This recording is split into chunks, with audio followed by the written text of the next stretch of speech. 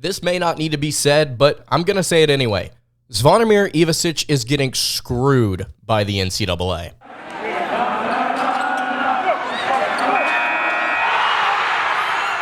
You are Locked On Kentucky, your daily podcast on the Kentucky Wildcats, part of the Locked On Podcast Network, your team every day.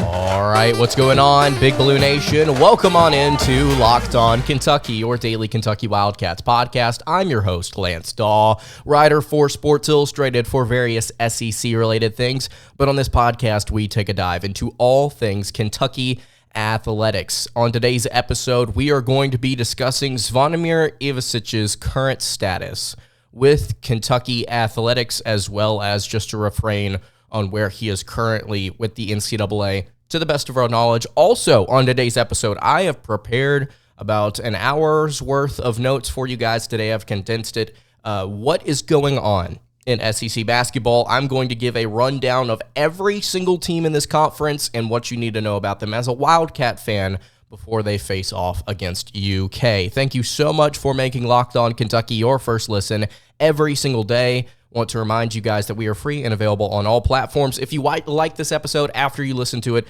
please subscribe to the show. If you are listening on podcast, I would greatly appreciate it if you sub there as well, if you enjoy the content. So let's go ahead and get into it. Zvonimir Ivisic did return home to spend the holidays with his family in Croatia. Zvonimir put out a post on December 20th. We are recording this on December 26th, so not quite sure if he is going to have if he has returned at this point. Maybe he is still in Croatia, but Zvonimir posted this. He said, quote, "I met with Coach Cal and discussed going home for the holidays. My family and I worked really hard to gain admission to Kentucky, which took quite a while. With the ups and downs of this process, it's been stressful and emotional for me and my family, but I can tell all of Big Blue Nation that I've done everything I can. I've obtained a 3.25 GPA.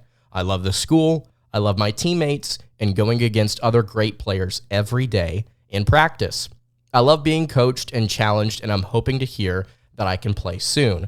Go Big Blue Nation." That was Zvonimir Ivisic's status update on December 20th. December 21st, Kentucky beats the absolute snot out of Louisville. I believe that was on that day. Please don't let me be wrong here. Yes, okay, December 21st. And Coach Cal provided an update on Zvonimir. After that update from Big Z himself, you kind of started to feel, first of all, very disappointed for Ivisic and how this process has played out, and just the straight up just being ignored, it feels like, by the NCAA because of all of these different things going on with his process to get eligible here. Does not really feel like we've heard anything, and so it feels like, therefore, that it's just kind of being ignored. In fact, the NCAA, I believe their eligibility, or whatever they call their department to actually get these kids eligible, tweeted out and was essentially just like, okay, we're going to be on break until January 2nd or something like that. Peace. And it just further solidifies some frustrations that this Kentucky fan base has about Zvonimir Ivisic and where this is going. Because of we haven't had any updates. It doesn't really feel like anything is happening.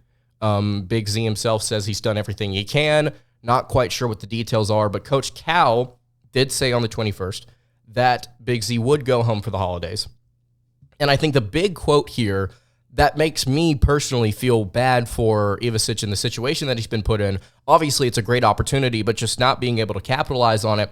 He was 242 pounds, Coach Cal said. He's now 219. He's not eating. He's not sleeping. And he's had a couple of different illnesses and an injury, apparently, during practice. So a rough go for Zvonimir Ivisic ever since he arrived on campus. The fact that he, throughout this sickness and these difficulties for him, he's been able to maintain a pretty solid GPA, all things considered. I mean, it's impressive. It is impressive to be able to step in into a foreign country with difficulties, possibly with the language, obviously it not being your first there. Coach Cal said he'd go home and he would be back before the Illinois State game on December 29th, so 3 days from now. So we'll maybe see him here in a day or so back on campus. Practicing, maybe, not quite sure what his status is with the NCAA as to whether or not he is allowed to practice now that their 45-day period after Kentucky submitted their application. I don't know. I have no idea what's going on with Big Z. But point being, it's very, very, very frustrating. The NCAA, I mean, they have kind of screwed him at this point. We are now a third of the way into the season, and Kentucky has gotten two of their other big men who were suffering from injury back, and that has greatly helped them. And the final piece of the puzzle is just kind of waiting in the wings, and he's suffering physically. Again, I'm impressed with what he's been able to do academically, but to go from 242 to 219, if that is true, you may need to kind of take a step back and reevaluate things, especially if you are doing everything you can to get approved and to become eligible. I don't know if he's ever going to play here. I said on a recent podcast, I don't think he's ever going to play here. We don't know what's going to happen. There is literally no other emotion that I feel other than disappointment and frustration. There's nothing else. Coach Cal said, I'd rather him be with me, stay with me, but for him, the best thing for him is to get home. He needs to be around his family. The NCAA Eligibility Center, by the way, is the account that said they will be closed through Monday, January 1st. Normal business hours resume Tuesday, January 2nd. Really, really tough go for Zvonimir Ivisic, who has still not been approved. Will we see him get approved somehow after that Illinois State game? Could he be approved before the Florida game? Would he even play in the Florida game at that point? Will he play for Kentucky ever?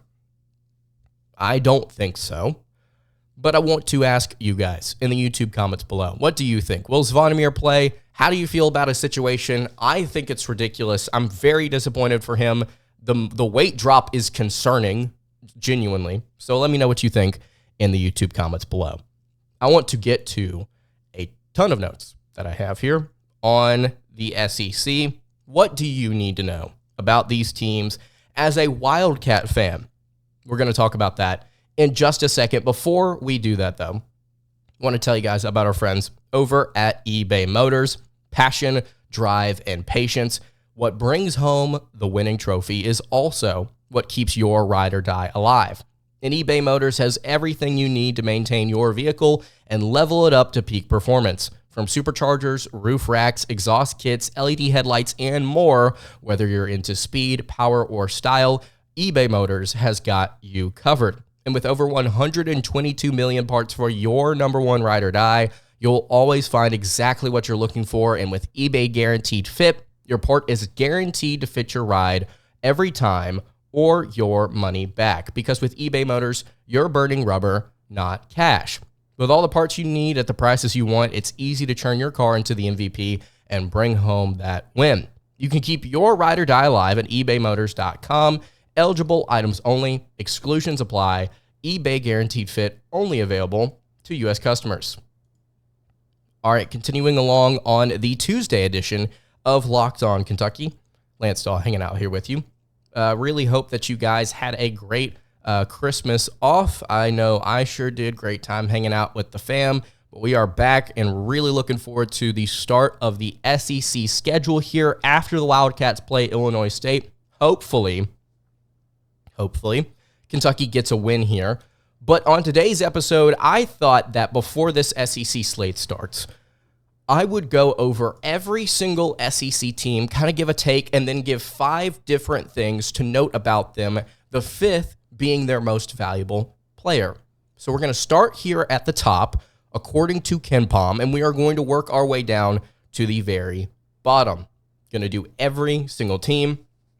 These notes took a minute to compile, was not very serious. Love doing this, and hopefully you guys take away something from this today, just to kind of educate yourself on what's going on in the rest of the SEC. Starting at the top, like I mentioned, Tennessee is the best team in the conference, at least according to KenPom. They're number 6 in the KenPom ratings, number 7 in the net, 9-3 is their current record. They have defeated 2 teams ranked inside the top 15 on KenPom in Wisconsin and Illinois. They had a 3-game losing streak those 3 losses that they have on their schedule were all back-to-back-to-back. Purdue, Kansas, and North Carolina by an average of 7 points. Pretty competitive in all 3 of those contests. And when you go and actually watch them, it was kind of a varying degree as to how they lost. They either gave up a ton of points at the foul line, or both teams struggled defensively, and it just ended up not going Tennessee's way. But either way, KenPom thinks they're good. They have a couple of solid victories on their resume.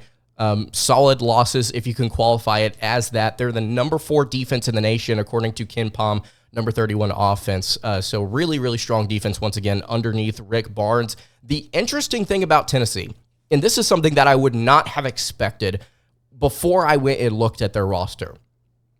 They're one of the shortest teams in the SEC. The only team that's shorter is Missouri. That's good. So they've got some different, interesting pieces, I think, across their rotation, one of which we'll get to here in a second. But there's not a lot of height or length as opposed to what we've seen the Vols work with over even these past couple of years, which I thought was very interesting. So their most valuable player, MVP Dalton Knecht, 15.7 points per game, shooting 37.7% from 3. He has been pretty much a pure scorer for them. Transfer out of, I believe, NAU. I may be incorrect on that. I know that he transferred out from somewhere in the West, if I'm not mistaken. But Tennessee, great defense, has kind of carried them in the computer rankings. That's why KP, I believe Bart Torvik, loves them as well. The net rankings still love them, despite having those 3 losses on their schedule. I guess victories over Wisconsin and Illinois is great enough to qualify for a top 10 spot here, kind of across the board. So Tennessee, best team in the SEC, at least according to the computer rankings. Curious to see what you guys think about that. Alabama has a deceptive 7-5 record, or at least that's what the computer models want to tell you. Number 8 in the KenPom ratings, number 9 in the net. 7-5, like I mentioned, are the Alabama Crimson Tide. The offense is the number 1 offense in the nation. Their average possession length is 14 seconds, so every time they get the ball on offense, 14 seconds, that's extremely fast. They like to run around, drive to the rim, kick it out for threes. They've got a couple of different really strong guards that they're working with, one of which we will discuss in a second. But this offense has been great all around. Top 35 are the Crimson Tide in effective field goal percentage, offensive rebound percentage, 3-point, 2-point, and free throw percentage as well. They do everything very well. They grab rebounds. They shoot from beyond the arc well, inside the arc well, from the foul line well. They've got the personnel to do it. They've got a really interesting 5-man in Grant Nelson, the transfer from North Dakota State, who has not been a great outside shooter, but has been a very versatile piece for them, according to KenPom. And this is why I say that Alabama has a deceptive 7-5 record. They are projected to win 9 of their next 10 games. The only loss there being to Tennessee. So 16-6, 8-1 in the SEC. Looks a lot better than 7-5 with a couple of difficult losses on their resume. All 5 losses, by the way, to top 27 teams on KenPom. That would be Ohio State, Clemson, Purdue, Creighton, and Arizona. So Bama is projected to rebound. They're projected to go through this SEC slate and kind of take it by the reins. So will Bama be one of the best teams in the SEC when all is said and done? I'm curious to see if their defense, which is just not great, holds them back, but that offense, it can really score some points. The most valuable player on this team right now is Mark Sears. I think 19.6 points per game leads the SEC. He's shooting over 53% from the floor and 44% from beyond the arc. So Bama, Tennessee, and then the third team, Auburn, is balanced. That's my takeaway for the Tigers. Number 10 in the KenPom ratings, number 21 in the net, 9-2. Those 2 losses coming to Baylor and App State. That App State loss, really difficult on the road, just not a great shooting performance for the Tigers, and that's kind of been the interesting thing about the Tigers, is that they are not the best shooting team, but they have elite guard play at times, and they're pretty balanced on both offense and defense. They trounced USC, Indiana, and Virginia Tech. Indiana at a neutral site, the other 2 games at home. All solid opponents, but none of them, good. They've got, like I mentioned, elite guard play at times. Aiden Hallway, 5-star guard who just came in. Trey Donaldson, backup from last season. Both of them playing very well when it comes to their assist to turnover ratio. In fact, the Tigers are number 5 in the country in assist per field goals made on KP. And then the balance that I mentioned here, top 18 in adjusted efficiency on both offense and defense. I believe they're number 15 on offense, number 18 on defense. So they've got some different pieces across the roster that makes them pretty balanced as well. They've got a decent front court, decent back court. Wing position, I think, at times is leaving a little bit to be desired statistically. But Auburn, across the board, one of the better teams in the SEC. How they play in conference play, I think, may be a little bit of a different story. Their MVP right now, I think, is their center, actually. Janai Broome, averaging almost 15 a game, 8.5 rebounds, and then almost 1.8 blocks per contest. So those are your top 3. Number 4 is Texas A&M. In case you're wondering, by the way, where the Wildcats fall, they are apparently the 4th best team in the SEC right now, projected to go 12-6 in conference play. So that is where the Wildcats stand, and I think they would then technically be the 3 seed because they would tie with Alabama at 12-6, according to Kim Pomp. So who knows? But Texas A&M here, I think they've disappointed me a little bit. Number 23 in the Kim Pom ratings, number 19 in the net. The thing about Buzz Williams and the Aggies over these past couple of seasons has been, okay, you've impressed in conference play. You've won some games, absolutely. Last year, they had a chance to be the number 1 team in the SEC had they won that game late against Alabama and done a couple of other things, I think. But they've just simply not been able to do what they need to do in non-con play. They've not been able to get the resume-building wins, or at least they've not been able to get enough. And I think that may end up being the case again. Right now, they're 8-4. They've beaten 2 teams ranked inside the top 27 on Kim Pom, number 27, Ohio State, number 12, Iowa State. They had close-ish losses to FAU, who's very good, Virginia, who is decent, Memphis, who is good, and a very close loss to Houston, who is the number 1 team in the country, according to KP. The thing that gets them going, despite some of their inefficiencies, is they are the best offensive rebounding team in the nation. Like, number 1. And they don't have a particularly tall team. They've just been really good at grabbing second chance points so far this season. The thing that holds them down on offense, though, is they are the worst three-point shooting team in the SEC, shooting underneath 29%. But they still have a top 5 offense on Kim Pom in terms of adjusted efficiency, because I think largely due in part to that offensive rebounding margin. I just don't really buy in to their offense as a whole in SEC play. I'm curious to see how it goes. They need some resume-building wins. If they had gotten a win against FAU, Virginia, Memphis, or Houston, that would have been huge. The game against Houston would have been massive. That would have been massive. You could split SEC play, and you could ride in to the NCAA tournament as like somewhere between a 7-5 seed. I mean, legitimately. Depending on who you beat in conference play. But their MVP right now, I think, is Wade Taylor, number 8 in the Ken Pom Player of the Year race, 17.9 points per game, 4.6 assists, leads the team, also 2.1 steals. Inefficient shooter this season, but he's been able to get it done with his base stats. So Texas A&M, technically the 5th best team in this conference. Mississippi State, their offense is holding them back. Number 29 in the Kim Pom ratings, number 32 in the net. Bulldogs are 10-2 right now, and we told you guys at the beginning of the season, I said Mississippi State is going to be an interesting team to watch. We need to pay attention and see if their offense can take the next step.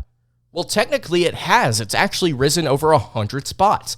Last year, MSU was 176th in adjusted efficiency. They've now risen to 72nd currently as of December 26th.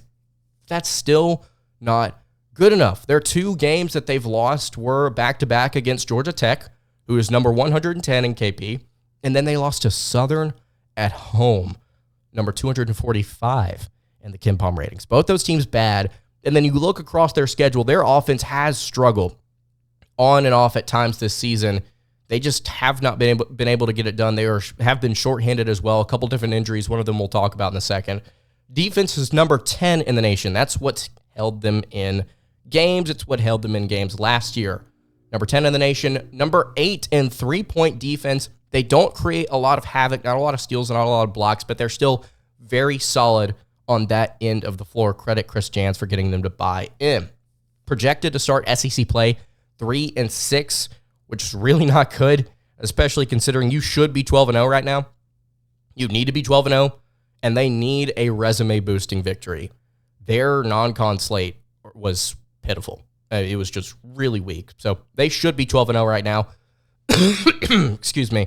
Their MVP is Josh Hubbard, their lead guard, but it will end up being Tolu Smith, who is out with an injury right now and should return to the squad soon. Josh Hubbard, 14.8 points per game, shooting almost 39% from deep. Florida is gearing up for a massive game against Kentucky, number 33 in the KenPom, number 46 in the net, 9-3 overall. They have defeated 2 top 50 opponents in Pittsburgh and Michigan. That Michigan game, a 106-101 overtime victory, dramatic game. But Florida has lost to Virginia, Baylor, and Wake Forest in close contests. The Gators play with a lot of tempo. They're one of the tallest teams in the SEC, and they have 3 players in the rotation that are 6'10 or taller. One of the negatives about Florida is they can't shoot free throws. 66% from the charity stripe, I think is worst in the SEC, number 314 nationally. They also turn it over a lot, 18.2% turnover percentage. That is just really not what you're looking for, especially from Todd Golden and the way that he likes to run his system. I think Florida will get better. I think they'll have a decent run in conference play. I think they'll be 500, somewhere around there, or slightly better. I have faith in this team, and they have decent balance, similar to Auburn, but statistically a league beneath the Tigers. Their MVP, Zion Pullen, has been really fun to watch at different times this season. 14 points per game, 5.1 assists per contest leads the Gators. He had 22 in that 2 overtime victory over Michigan. So Florida gearing up for a massive game against the Kentucky Wildcats. They can absolutely pull this one off. In fact, computer models think the Gators will inside the O Center. And also something interesting to note, that game has already been sold out. Going to be a really fun SEC opener. I think just in terms of atmosphere, will Kentucky win it? I'm not sure, but orange uniforms for the Gators sold out, should be a really cool atmosphere. Arkansas. Oh boy. What on earth are the Razorbacks doing? That was my takeaway after looking at their numbers and their schedule. Number 66 in the KenPom ratings, number 95 in the net.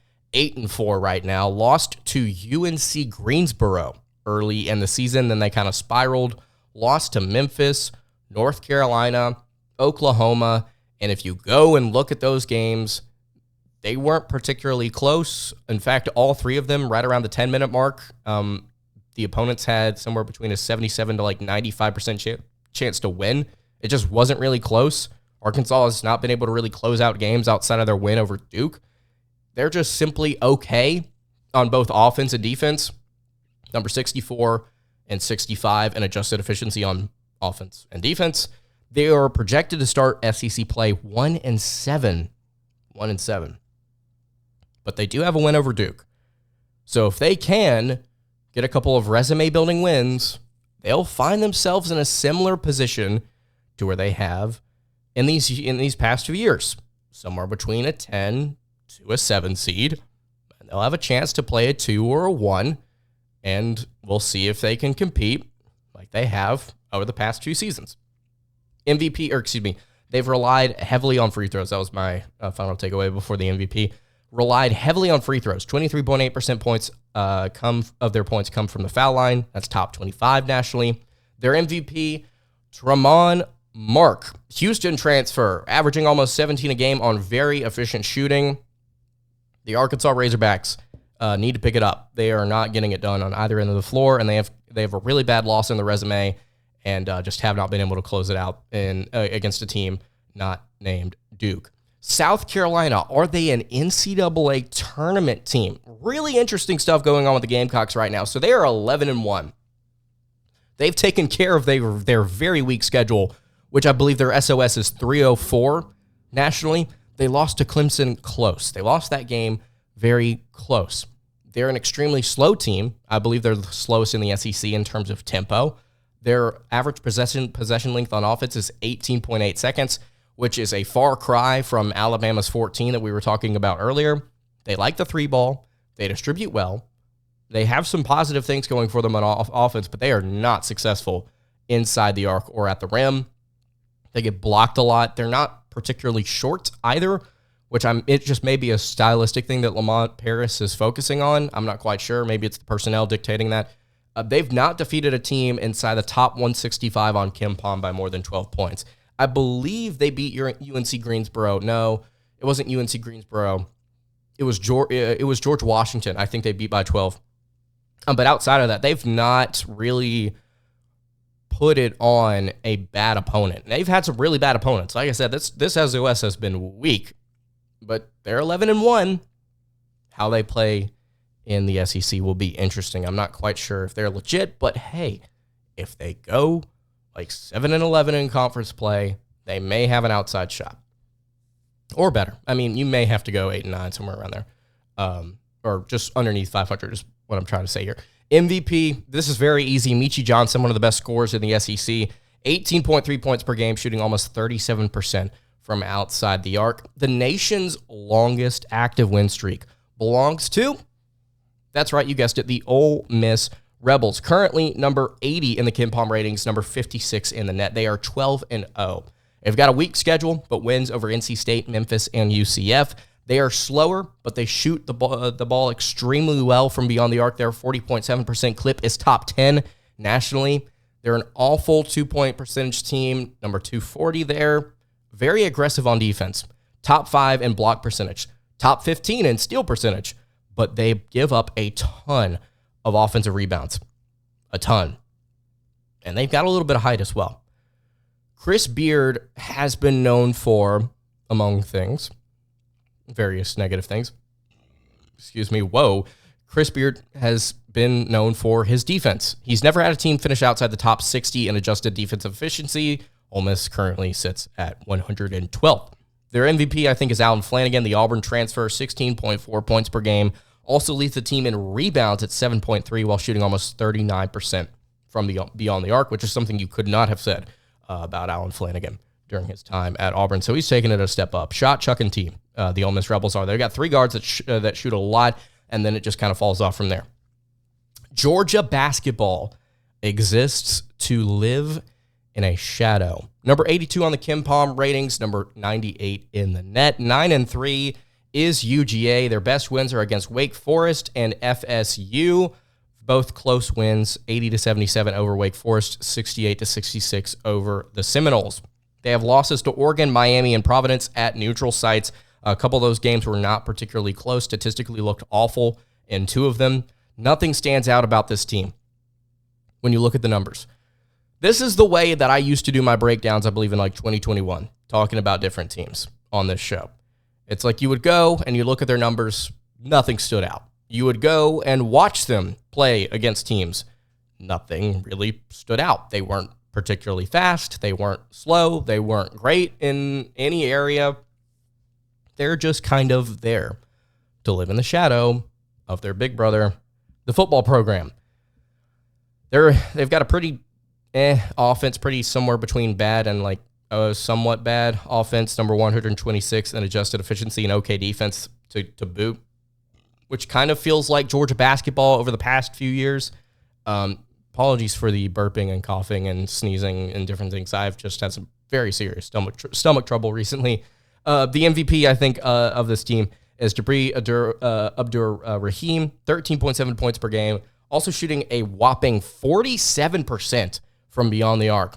So he can light it up, but this team just kind of is there. So we got three more teams to go here. Hopefully you've learned something about all these different squads. Dennis Gates has to improve Missouri's talent. 92nd in the KenPom ratings, 106 in the net. 7-5 are the Missouri Tigers' losses to Memphis, Kansas, Seton Hall, Illinois, and then number 255 at Jackson State. 255 in the KP ratings. My gosh, Dennis Gates, what are you doing? I think he needs talent, man. They really do have an interesting rotation. They've got pieces that they're trying to work. Shout out Connor Vanover. If you know, you know. But this team, I think, needs better talent in order for Gates to succeed at what he wants to run. They're very similar when you look at their numbers to where they were a season ago.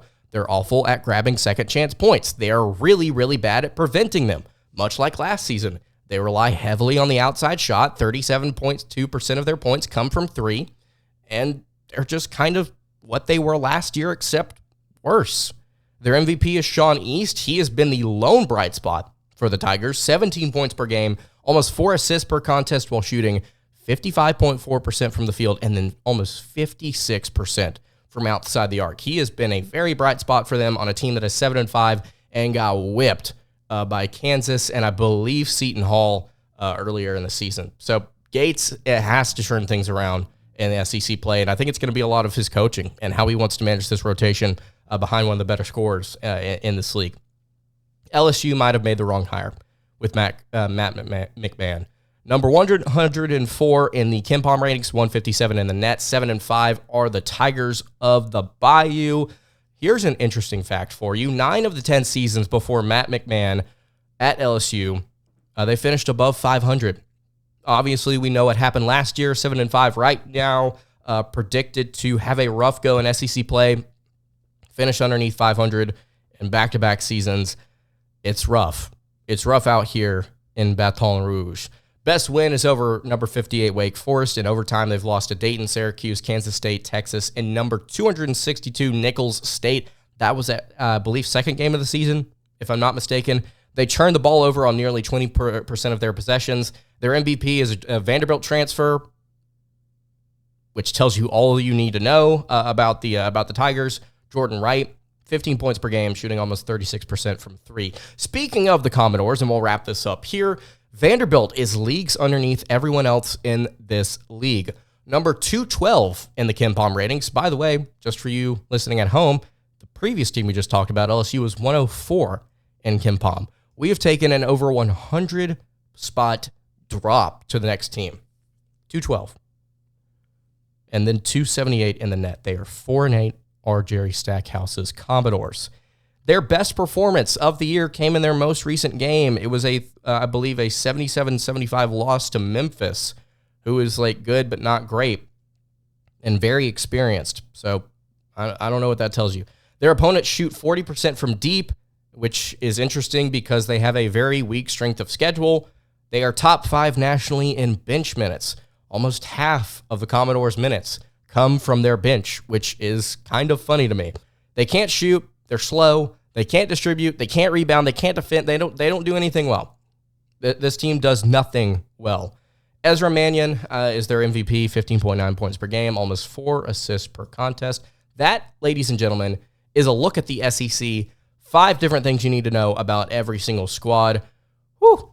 Longer episode today, but we have gotten through it. I really appreciate you guys tuning in. If you've not subscribed to the show already, I would really appreciate it if you went ahead and did that. That's going to do it for today's episode of Locked On Kentucky. You can follow the show on Twitter at Locked On UK. You can follow me on Twitter at @LanceDawe_, and you can follow the show on Instagram.